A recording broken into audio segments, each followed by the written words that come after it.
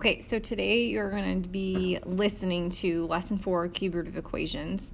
Be very similar to the square roots that we did on Wednesday or Thursday that we're going to be talking about today. The estimated velocity in miles per hour of a car at the end of a drag race, where P is the horsepower of the car and W is the weight in pounds of the car, is given below. So you have this equation that you're going to look at. Find the velocity to the car in the end of the drag race if the car has a horsepower of 343 and weighs 729 pounds. So we are going to take 343 and 729 and insert into the equation for P and W. So V equals 234. We're taking the cube root of W stands for weight, P stands for horsepower, so 343 over 729. So remember, with fractional cube roots, we are going to take the fractional part of the numerator and the denominator separately. So we're going to find the cubed root of 343, which is 7. And we're going to find the cubed root of 729, which is 9. So you have 7 over 9. And then we're going to multiply that by 234 over 1. You can check to see if there is something that you could simplify by for 234 and 9, which you can. You can simplify those by 3. And you can also simplify them by 9. So I would go with the smallest to create this as a 1. And then 234 divided by 9 gives you 26. And then to find the velocity, you can say velocity equals 26 times 7. And 26 times 7 is 182. Your label is going to be miles per hour.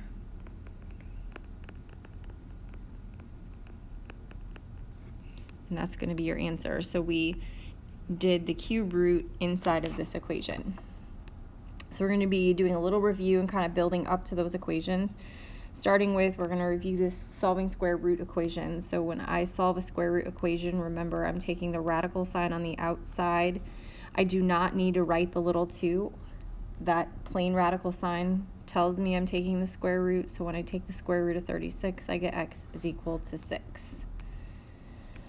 In the second one, I have multiple steps to do. So the first thing I'm going to deal with is the constant number. So I'm going to add 1 to both sides. Bring down 4x squared is equal to 16. I'm going to divide by 4 on both sides so I can take care of the coefficient.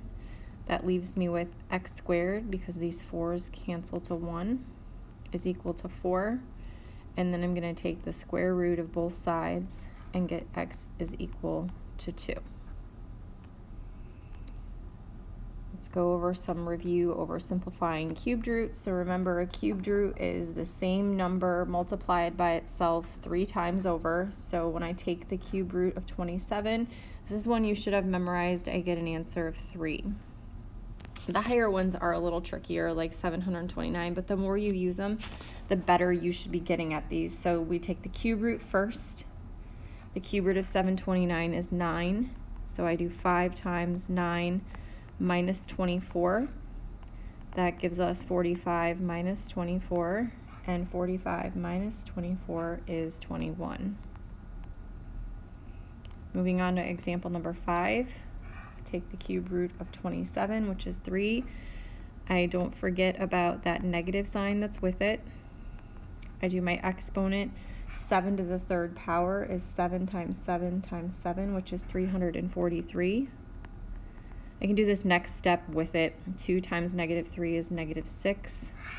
And 343 minus 6 is 337. All 5 of those examples should seem very simple, like we've reviewed them and learned them. And now we're going to move on to solving those cube root equations. Starting with number 6, we're going to take the cube root of both sides to solve and get x by itself. Don't forget to put that little 3 in the radical sign.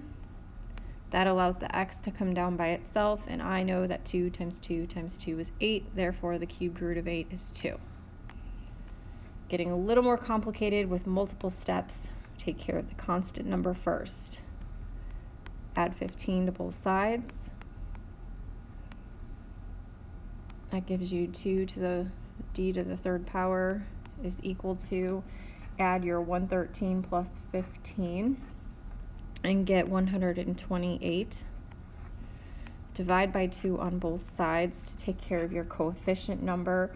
These are all those same equation solving strategies that you did in previous chapters. So d to the third equals 64. Take the cubed root of both sides, just like in our square root equations. That gives you the variable all by itself, d. And the cubed root of 64 is 4, so d is equal to 4. Remember, any equation that you do, you can take your variable answer, so d equals 4, and plug that back in for d at the top to make sure you get an answer of 113.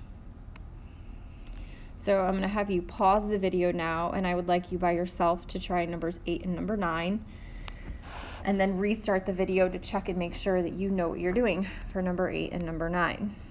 All right, so now you should have had these two problems complete, and you're going to try them on your own, checking what you did. So in number 8, you should have divided by 5 on both sides in order to get the variable by itself. So x to the third is equal to 320 divided by 5, which is 64. Take the cube root of both sides, and x is equal to 4.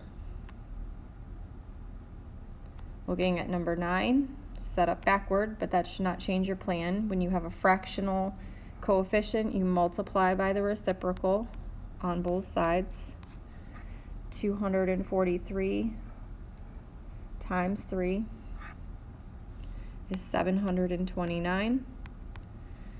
That makes your 3's cancel out. 1's cancel to 1, so you're left with r to the third power. Take the cubed root on both sides, giving you r by itself. And the cube root of 729 is 9. Hopefully you did well on those. Number 10 is a repeat from the top, so you actually do not need to do anything with number 10. And then if there's time left in class and you want to sit and get started on part of your online learning, you can sit here in your packet and complete the cubed root equation check on paper, and then you'll put it into Canvas tomorrow during your online learning day with another review assignment that you will see posted.